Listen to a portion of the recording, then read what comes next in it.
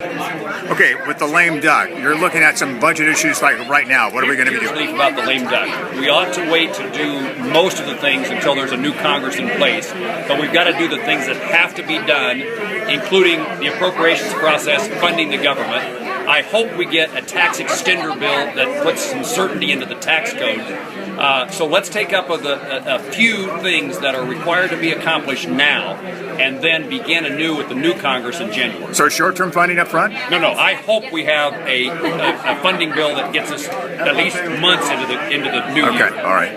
Then we can address the issue of Homeland Security and the President's executive orders. And there's no real unified Republican response yet, marching orders on what to do about the President's executive order, the immigration. I think there's a growing belief among Republicans, and I know Republican senators, and I know this from my conversations when I was in Washington last week. I know that from media and press reports that there's general consensus that we can address the President's executive order when we defund its implementation in the Department of Homeland Security appropriation bill next year.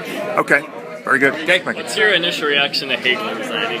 I don't know why the President asked for his resignation. I'd be very interested in that. I think that Secretary Hagel has had a difficult time managing the department. He hasn't been seen as a strong leader.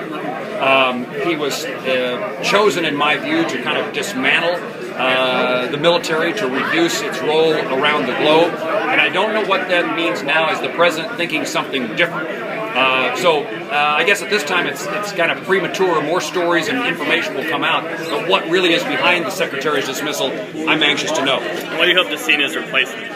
Well, I hope to see somebody who has the ability to make clear to the President the importance of defense, important to have somebody who understands that we live in a very difficult and dangerous world, and that we have to have a strong military, and we have to have a president, a leader, who when they speak, the military can back him or her up, but also that when the president speaks, that what they say is something that people believe will actually occur.